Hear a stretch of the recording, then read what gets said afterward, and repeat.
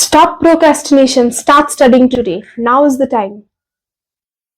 Do you think is it so easy to remove this parasite called procrastination from our lives?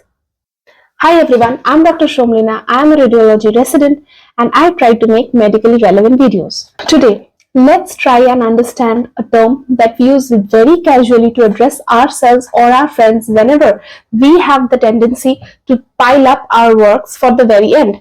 This is very dangerous because once you start piling up, you will get comfortable with the habit of not working, and by the time you realize that you actually needed to work on those tasks when time was still there, by that time the tasks would pile up to a very huge heap and the time would be very less, you would feel depressed and hence nothing will happen.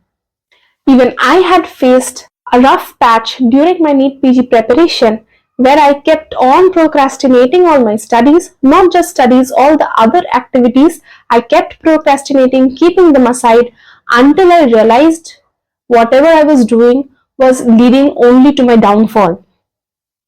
So here I'm going to share my tips, what I did to remove this parasite called procrastination from its roots from my life. First things first, try and understand yourself. First, to forget the thing that this is a crime. This is not a crime. Stop being judgmental on yourself. Acknowledge the fact that you are procrastinating things. You are wasting time which should have been utilized for doing something fruitful. And then try to find out why. There can be a lot of things. Maybe you have this internal desire of watching the new Netflix movie that has come out, but you feel guilty to acknowledge it because you have to study, you have an exam.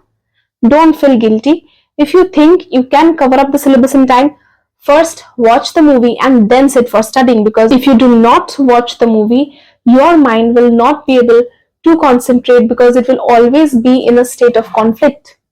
If you want to go to the coffee shop and drink coffee, drink and then come. You want to go shopping, do the shopping and then come to sit here. Now once you have done all other works which were distracting you, for which you had a conflict within yourself, now start up with the tasks at hand. First thing, make a list in decreasing order of the importance of the work that you need to do. Because once you know the task which needs your immediate attention, you will definitely work on it. Take the first task, that is the most important and the most urgent task, and break it into small steps in the form of a flowchart, and all these things, breaking the task into small steps and each step arranging it in the form of a flowchart. Do it in a piece of paper, not in your mind, because this way you will have a physical proof.